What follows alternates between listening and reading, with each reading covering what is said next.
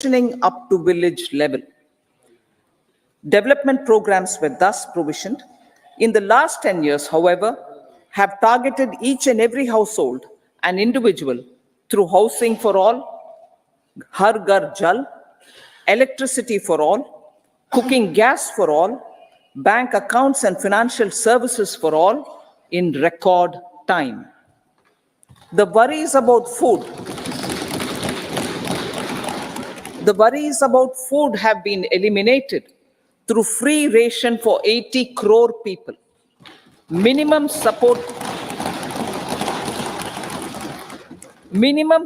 prices for the produce of Annadata are periodically increased appropriately.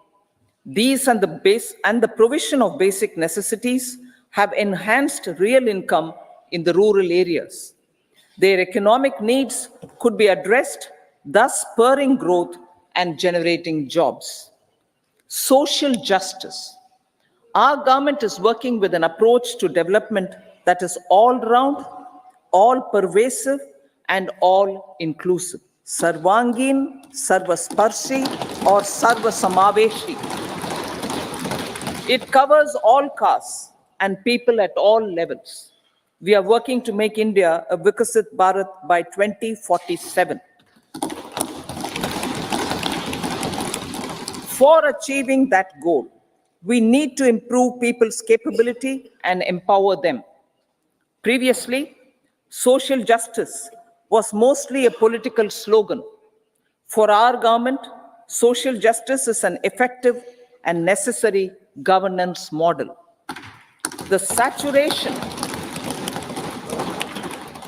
saturation approach of covering all eligible people is the true and comprehensive achievement of social justice. This is secularism in action, reduces corruption, and prevents nepotism, prevents Bhai Bhatijawad. There is transparency and assurance that benefits are delivered to all eligible people.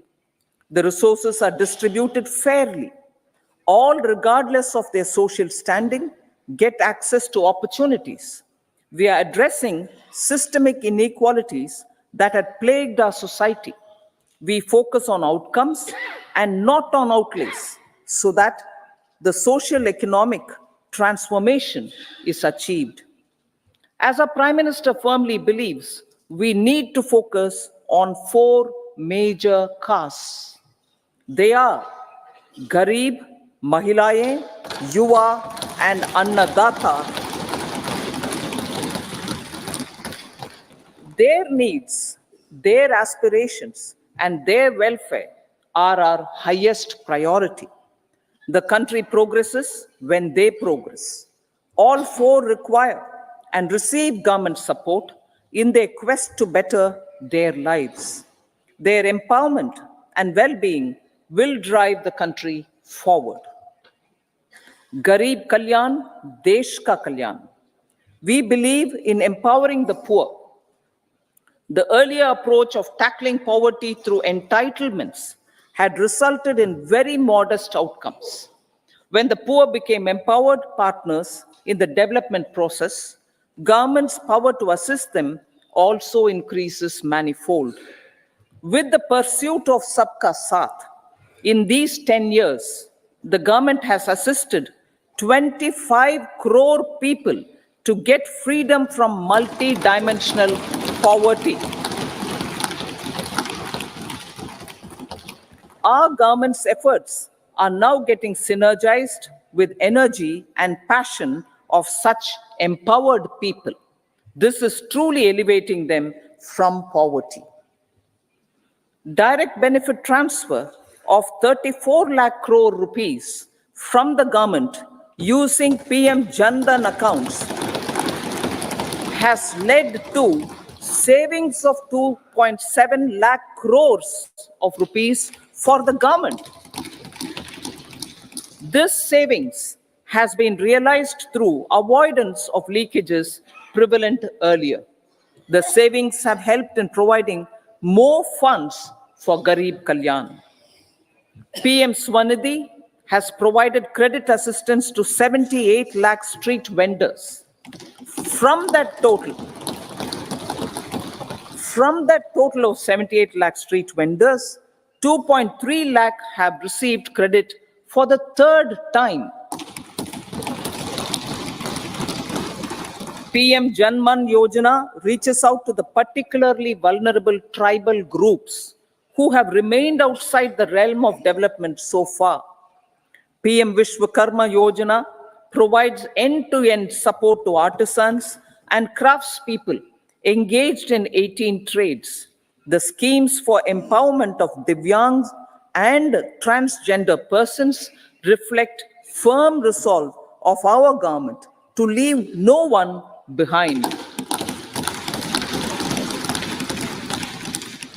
Welfare of Annadata. Farmers are our Annadata. Every year under PM Kisan Samman Yojana, direct financial assistance is provided to 11.8 crore farmers, including marginal and small farmers. Crop insurance is given to 4 crore farmers under PM Fasal Bima Yojana. These, besides several other programs, are assisting Annadata in producing food for the country and for the world. Electronic National Agricultural Market has integrated 1,361 mandis and is providing services to 1.8 crore farmers with trading volume of 3 lakh crores of rupees. The sector is poised for inclusive, balanced, higher growth and productivity. These are facilitated from farmer-centric policies, income support, coverage of risks through price and insurance support, promotion of technologies and innovations through startups. Empowering the Amrit PD, the Yuva. Our prosperity depends on adequately equipping and empowering the youth. The National Education Policy 2020 is ushering the transformational reforms. PM Schools for Rising India, PM Shri, are delivering quality teaching and nurturing holistic and well-rounded individuals. The Skill India mission has trained 1.4 crore youth, upskilled and reskilled 54 lakh youth, and established 3,000 new ITIs. A large number of institutions of higher learning, namely 7 IITs, 16 triple ITs, 7 IIMs, 15 AIMS, and 390 universities have been set up. PM Mudra Yojana has sanctioned 43 crore loans aggregating to 22.5 lakh crores of rupees for entrepreneurial aspirations of our youth. Besides that, Fund of Funds, Startup India, and Startup Credit Guarantee schemes are assisting our youth. They are also becoming Rozgar Data. The country is proud of our youth scaling new heights in sports. The highest ever medal tally in Asian Games and Asian Para Games in 2023 reflects a high confidence level.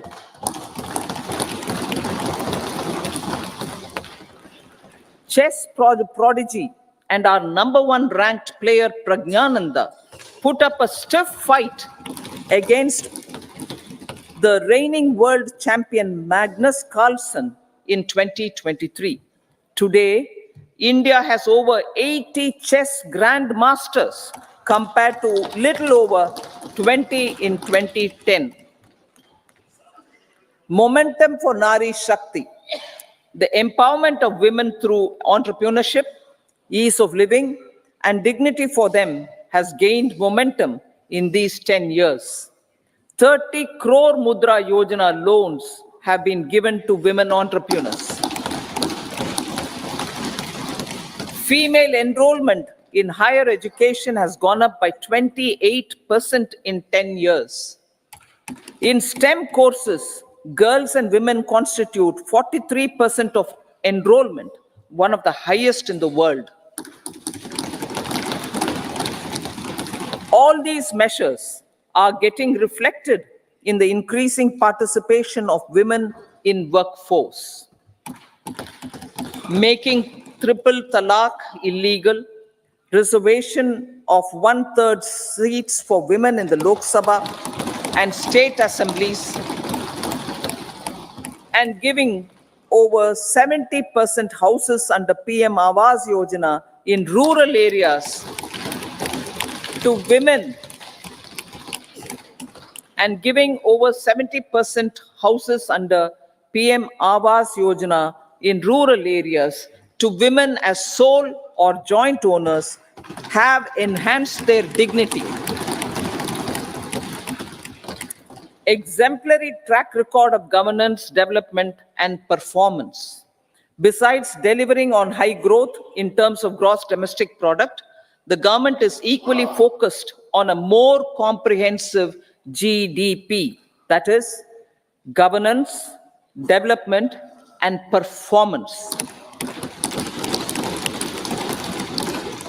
Our government has provided transparent, accountable, people-centric, and prompt, trust-based administration with citizen first and minimum government, maximum governance approach. The impact of all-round development is discernible in all sectors. There is macroeconomic stability, including in the external sector. Investments are robust. The economy is doing well. People are living better and earning better, with even greater aspirations for future. Average real income of the people has increased by 50%. Inflation is moderate. People are getting empowered, equipped, and enabled to pursue their aspirations. There is effective and timely delivery of programs and of large projects. Economic management. The multi-pronged economic management over the past 10 years has complemented people-centric, inclusive development. Following are some of the major elements. 1. All forms of infrastructure, physical, digital, or social, are being built in record time.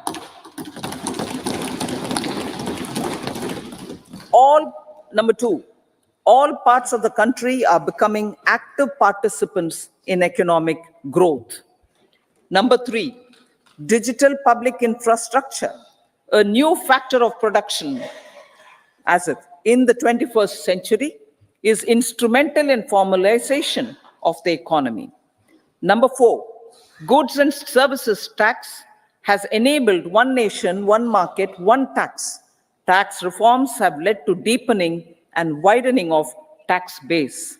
Number 5, strengthening of the financial sector has helped in making savings, credit, and investments more efficient. Number 6, GIFT IFSC and the Unified Regulatory Authority, IFSCA, are creating a robust gateway for global capital and financial services for the economy. Number 7, proactive inflation management has helped keep inflation within the policy band. Now, the global context, Honorable Speaker, sir. Geopolitically, global affairs are becoming more complex and challenging with wars and conflicts. Globalization is being redefined with reshoring and friendshoring, disruption and fragmentation of supply chains, and competition for critical minerals and technologies. A new world order is emerging after the COVID pandemic. India assumed the G20 presidency during very difficult times for the world. The global economy was going through high inflation, high interest rates, low growth, very high public debt, low trade growth, and climate changes. the pandemic has led to a crisis of food, fertilizer, fuel, and finances for the world, while India successfully navigated its way. The country showed the way forward and built consensus on solutions for those global problems. The recently announced India Middle East Europe economic corridor is a strategic and economic game changer for India and others. In the words of Honorable Prime Minister, the corridor, and I quote, will become the basis of world trade for hundreds of years to come, and history will remember that this corridor was initiated on Indian soil, unquote. Vision for Vikasit Bharat. Our vision for Vikasit Bharat is that of prosperous Bharat in harmony with nature, with modern infrastructure, and providing opportunities for all citizens and all regions to reach their potential. With confidence arising from strong and exemplary track record of performance and progress, earning Sabka Vishwas, the next 5 years will be years of unprecedented development and golden moments to realize the dream of developed India by 2047. The trinity of demography, democracy, and diversity, backed by Sabka Prayas, has the potential to fulfill aspirations of every Indian. As Honorable Prime Minister in his Independence Day address to the nation mentioned, I quote, there is no dearth of opportunities, as many opportunities as we want. The country is capable of creating more opportunities. Sky is the limit, unquote. Strategy for Amritkal. Our government will adopt economic policies that foster and sustain growth, facilitate inclusive and sustainable development, improve productivity, create opportunities for all, help them enhance their capabilities, and contribute to generation of resources to power investments and fulfill aspirations. Guided by the principle, reform, perform, and transform, the government will take up next generation reforms and build consensus with the states and stakeholders for effective implementation. It is an important policy priority for our government to ensure timely and adequate finances, relevant technologies, and appropriate training for the micro, small, and medium enterprises, MSMEs, to grow and also compete globally. Orienting the regulatory environment to facilitate their growth will be an important element of this policy mix. Aligning with the Panchamrit goals, our government will facilitate sustaining high and more resource-efficient economic growth. This will work towards energy security in terms of availability, accessibility, and affordability. For meeting the investment needs, our government will prepare the financial sector in terms of size, capacity, skills, and regulatory framework. Aspirational Districts Program. Our government stands ready to assist the states in faster development of aspirational districts and blocks, including generation of ample economic opportunities. Development of the East. Our government will pay utmost attention to make the Eastern region and its people a powerful driver of India's growth. PM Awas Yojana Gramin. Despite the challenges due to COVID, implementation of PM Awas Yojana Gramin continued, and we are close to achieving the target of 3 crore houses. 2 crore more houses will be taken up in the next 5 years to meet the requirement arising from increase in the number of families. Rooftop solarization and Muft Bijli. Through rooftop solarization, 1 crore households will be enabled to obtain up to 300 units free electricity every month. This scheme follows the resolve of Honorable Prime Minister on the historic day of consecration of Sri Ram Mandir in Ayodhya. Following benefits are expected. Savings up to 15 to 18,000 rupees annually for households from free solar electricity and selling the surplus to the distribution companies. Charging of electric vehicles. Entrepreneurship opportunities for a large number of vendors for supply and installation. Employment opportunities for the youth with technical skills in manufacturing, installation, and maintenance. Housing for middle class. Our government will launch a scheme to help deserving sections of the middle class, and I quote from Honorable Prime Minister's words, living in rented houses or slums or chawls and unauthorized colonies, unquote, to buy or build their own houses. Medical colleges. Several youth are ambitious to get qualified as doctors. They aim to serve our people through improved healthcare services. Our government plans to set up more medical colleges by utilizing the existing hospital infrastructure under various departments. A committee for this purpose will be set up to examine the issues and make relevant recommendations. Cervical cancer vaccination. Our government will encourage vaccination for girls in the age group of 9 to 14 years for prevention of cervical cancer. Maternal and child health care. Various schemes for maternal and child care will be brought under one comprehensive program for synergy in implementation. Upgradation of Anganwadi centers under Saksham Anganwadi and Poshan 2.0 will be expedited for improved nutrition delivery, early childhood care, and development.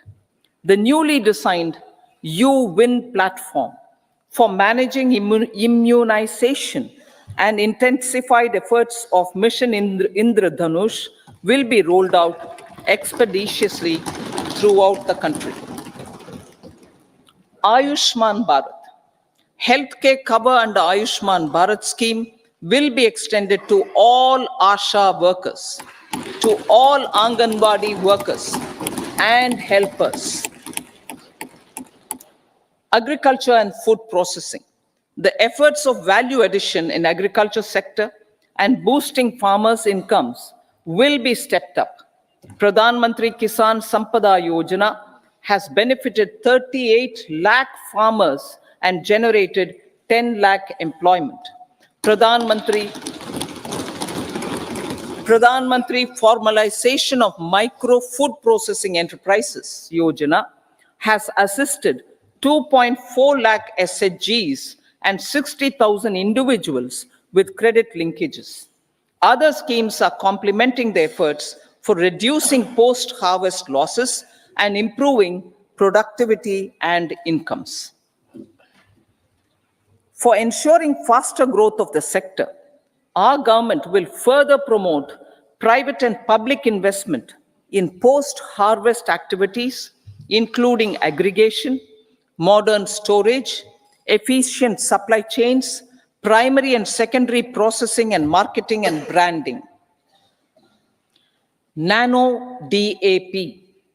After the successful adoption of nano urea, Application of nano DAP on various crops will be expanded in all agroclimatic zones. Atmanirbhar Oil Seeds Abhiyan. Building on the initiative announced in 2022, a strategy will be formulated to achieve Atmanirbharta for oil seeds such as mustard, groundnut, sesame, soya bean, and sunflower.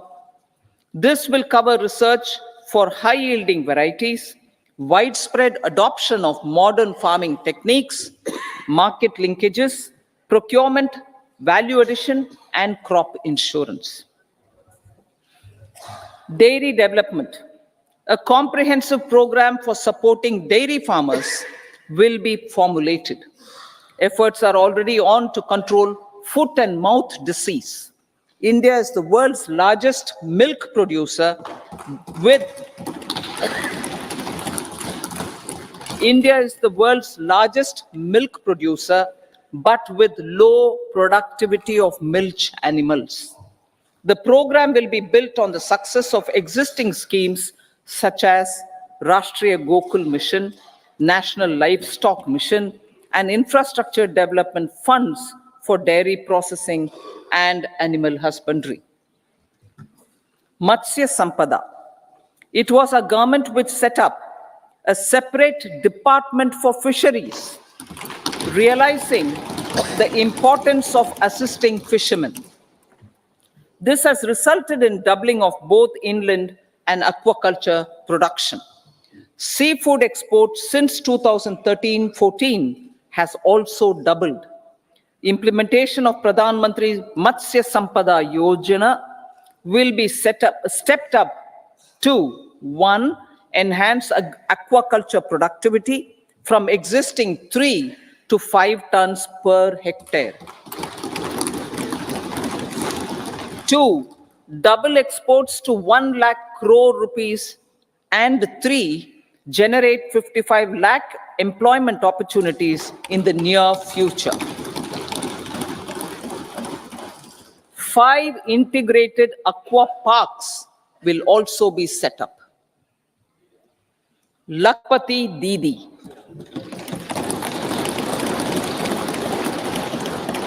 83 lakh SHGs.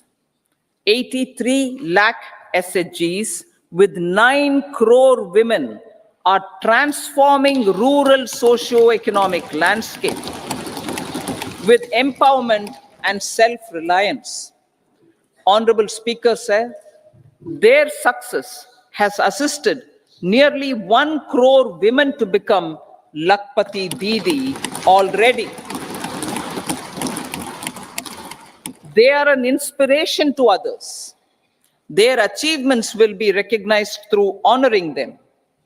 Buoyed by the success, it has been decided to enhance the target for Lakpati Didi from 2 crores to 3 crores.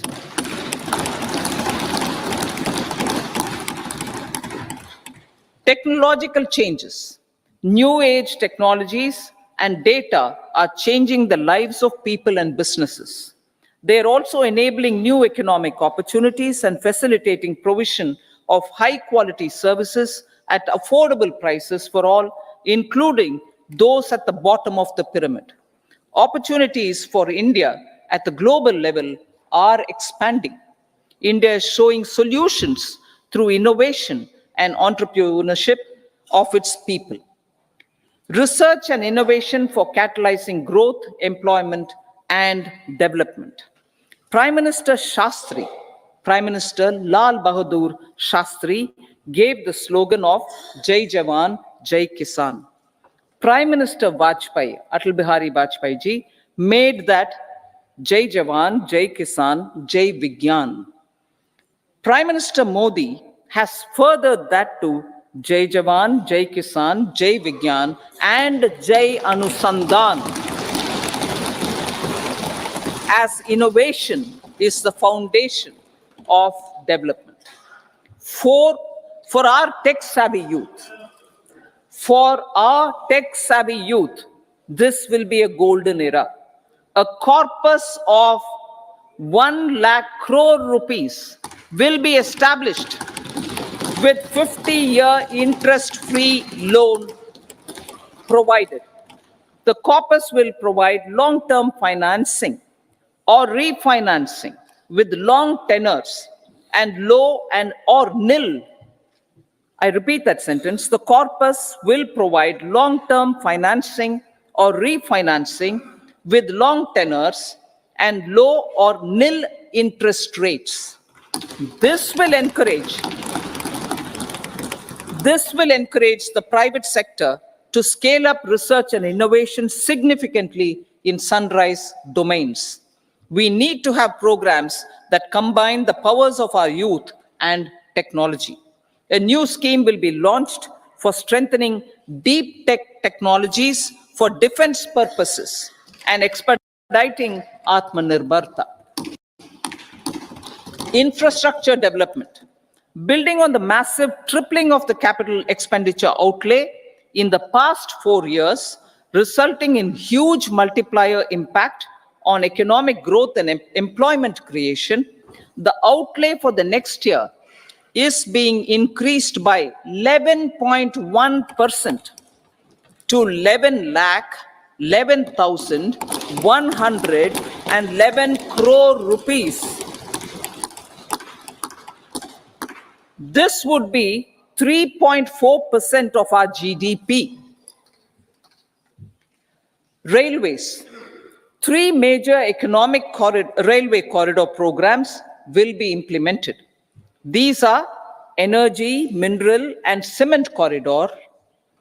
Number 2, port connectivity corridors. And number 3, high traffic density corridors. The projects have been identified under the PM Gati Shakti for enabling multimodal connectivity. They will improve logistics efficiency and reduce cost. The resultant decongestion of the high traffic corridors will also help in improving operations of passenger trains, resulting in safety and higher travel speed for passengers. Together with dedicated freight corridors, these 3 economic corridor programs will accelerate our GDP growth and reduce logistic costs.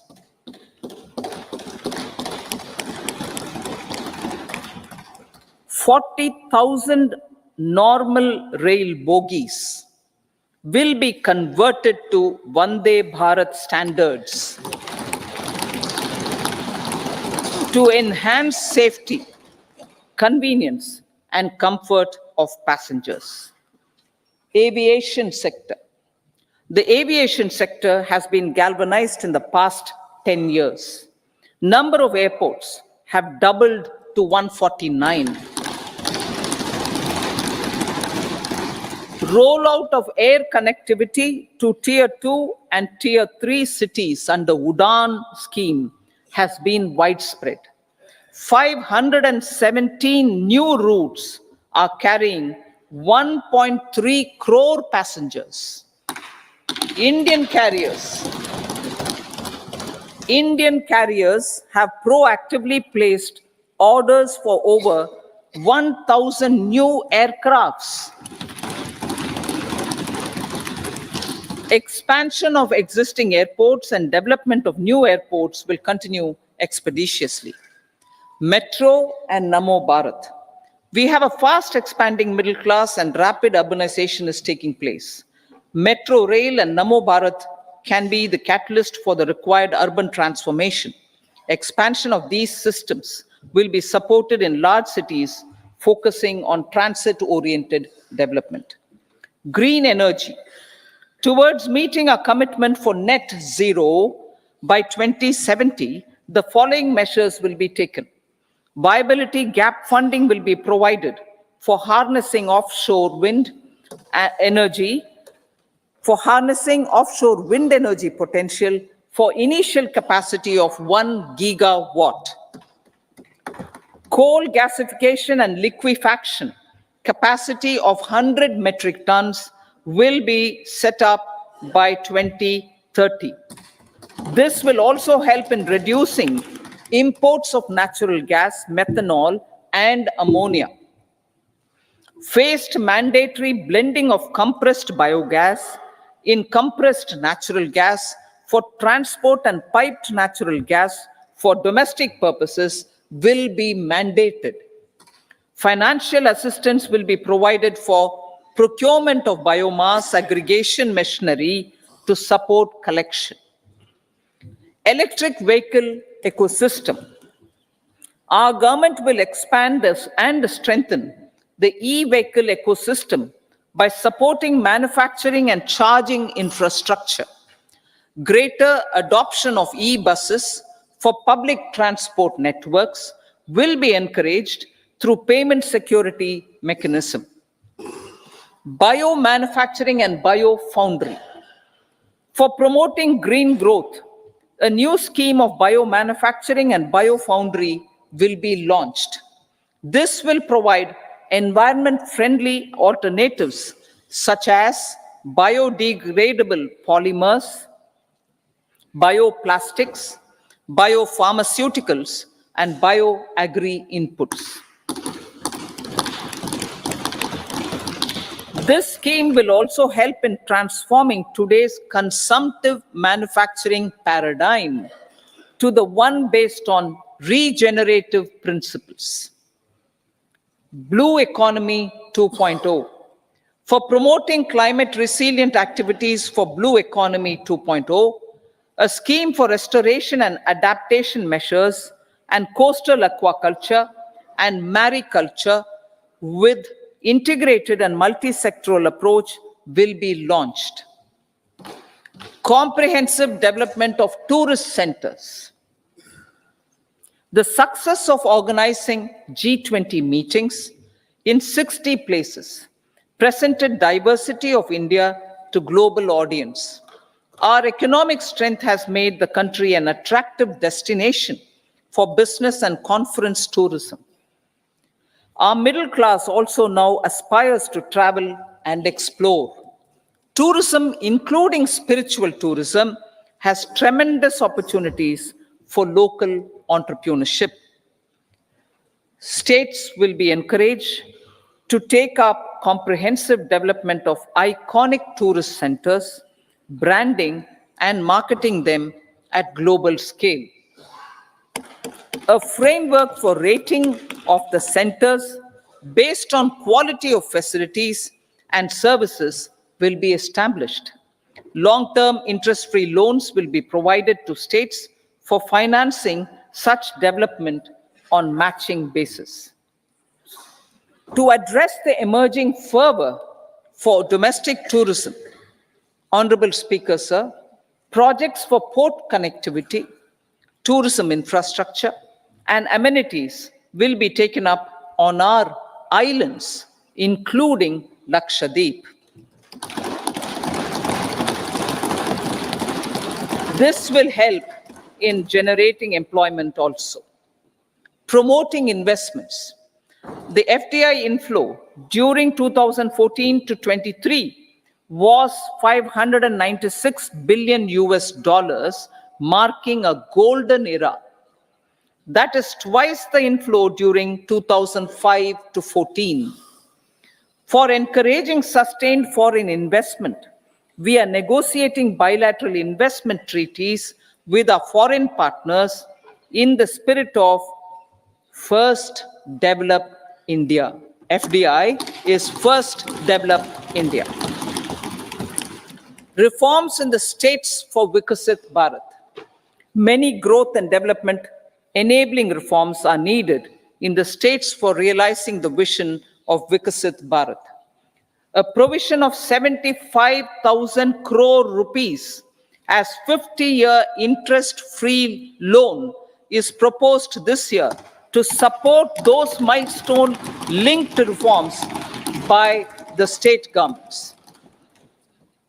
Societal changes. The government will form a high-powered committee for an extensive consideration of the challenges arising from fast population growth and demographic changes. The committee will be mandated to make recommendations for addressing these challenges comprehensively in relation to the goal of Vikasit Bharat. Amrit Kal as Kartavya Kal. Our government stands committed to strengthening and expanding the economy with high growth and to create conditions for people to realize their aspirations. Honorable Prime Minister, in his Independence Day address to the nation in the 75th year of our Republic, said, and I quote, "We commit ourselves to national development with new inspirations, new consciousness, new resolutions as the country opens up immense possibilities and opportunities. It is our Kartavya Kal." Unquote.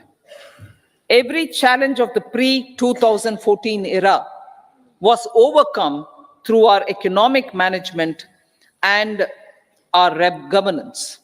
These have placed the country on a resolute path of sustained high growth. This has been possible through right policies, true intentions, and appropriate decisions.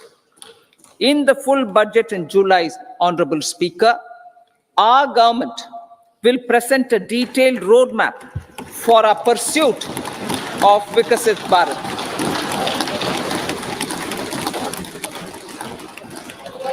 Revised estimates of 2023-24.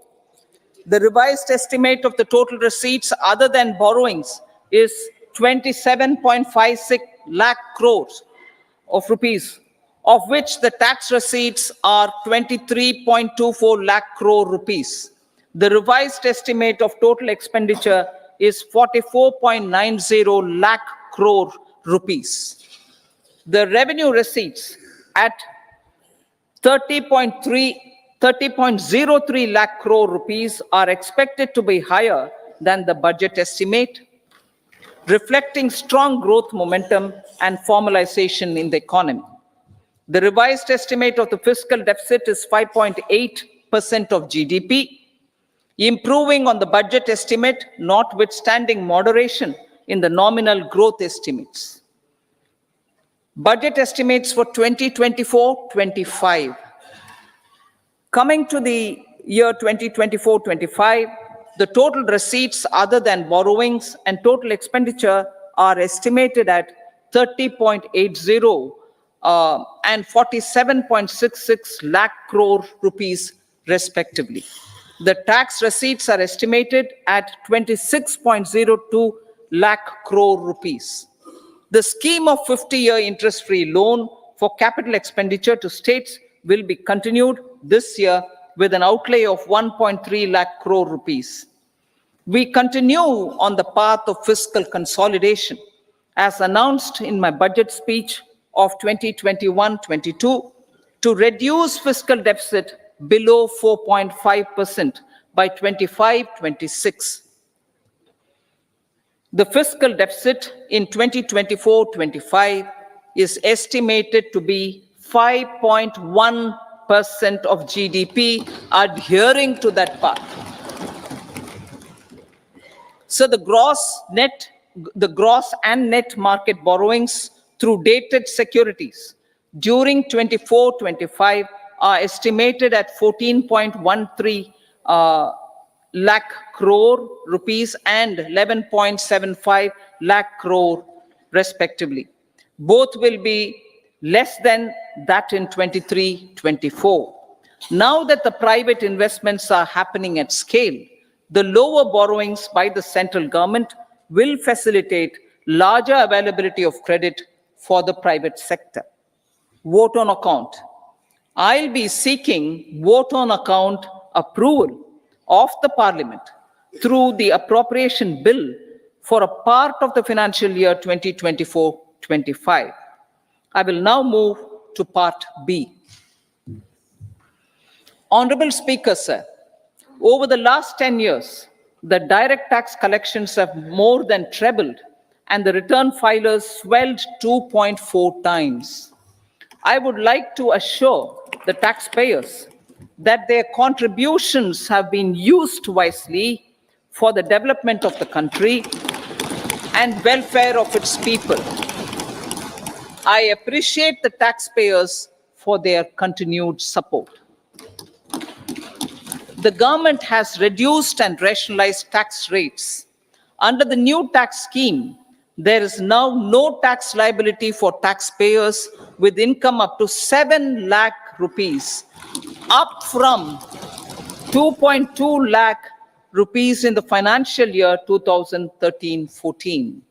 The threshold for presumptive taxation for retail businesses was increased from 2 crores to 3 crores. Similarly, the threshold for professionals eligible for presumptive taxation was increased from 50 lakh rupees to 75 lakh rupees. Also, corporate tax rate was decreased from 30% to 22% for existing domestic companies and to 15% for certain new manufacturing companies. Honorable Speaker, sir, in the last 5 years, our focus has been to improve taxpayer services. The age-old jurisdiction-based assessment system was transformed with the introduction of faceless assessment and appeal, thereby imparting greater efficiency, transparency, and accountability. Introduction of updated income tax returns, a new Form 26AS, and pre-filling of tax returns have made filing of tax returns simpler and easier. Average processing time of returns has been reduced from 93 days in the year 2013-14 to a mere 10 days this year, thereby making refunds faster. Indirect taxation. By unifying the highly fragmented indirect tax regime in India, the GST has reduced the compliance burden on trade and industry. The industry has acknowledged the benefits of GST. According to a recent survey conducted by a leading consulting firm, 94% of industry leaders view the transition to GST as largely positive. According to 80% of the respondents, it has led to supply chain optimization, as elimination of tax arbitrage and octroi has resulted in disbanding of checkposts at the state and city boundaries. At the same time, tax base of GST more than doubled, and the average monthly gross GST collection has almost doubled to 1.66 lakh crores this year. States too have benefited. States' SGST revenue, including compensation released to states in the post-GST period of 2017-18 to 2022-23, has achieved a buoyancy of 1.22. In contrast, the tax buoyancy of state revenues from subsumed taxes in the pre-GST 4-year period of 2012-13 to 2015-16 was a mere 0.72. The biggest beneficiaries are consumers, as reduction in logistic cost and taxes have brought down prices of most goods and services. We have taken a number of steps in customs to facilitate international trade. As a result, the import release time declined by 47% to 71 hours at inland container depots, by 28% to 44 hours at air cargo complexes, and by 27% to 85 hours at seaports over the last 4 years since 2019, when the national time release studies were first started. Tax proposals. As for tax proposals, in keeping with the convention, I do not propose to make any changes relating to taxation and propose to retain the same tax rates for direct and indirect taxes, including import duties. However, certain tax benefits to startups and investments made by sovereign wealth or pension funds as also tax exemption on certain income of some IFSC units are expiring on 31/3/2024. To provide continuity in taxation, I propose to extend the date to 31/3/2025.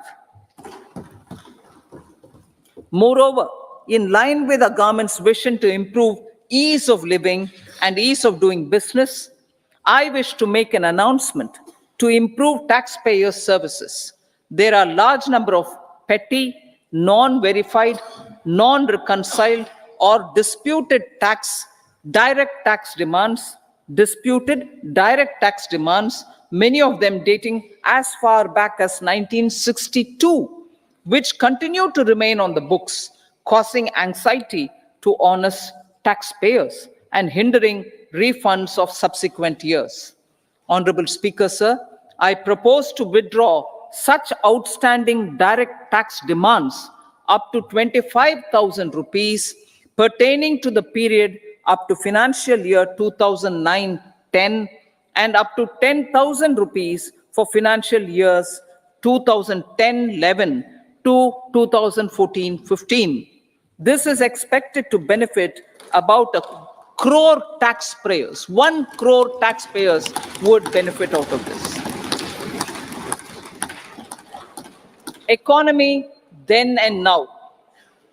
In 2014, when our government assumed the reins, the responsibility to mend the economy step by step and to put the governance systems in order was enormous. The need of the hour was to give hope to the people, to attract investments, and to build support for the much needed reforms. The government did that successfully, following a strong belief of nation first. The crisis of those years has been overcome, and the economy has been put firmly on a high, sustainable growth path with all-round development. It is now appropriate to look at where we were then. I repeat, it is now appropriate to look at where we were then till 2014 and where we are now, only for the purpose of drawing lessons from the mismanagement of those years. The government will lay a white paper on table of the House.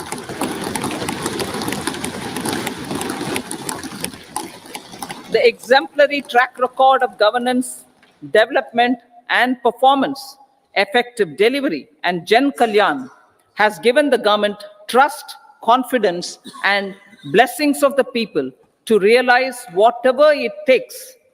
The goal of Vikasit Bharat with good intentions, true dedication, and hard work in the coming years and decades. With this, Honorable Speaker, I commend the interim budget to this august House. Jai Hind.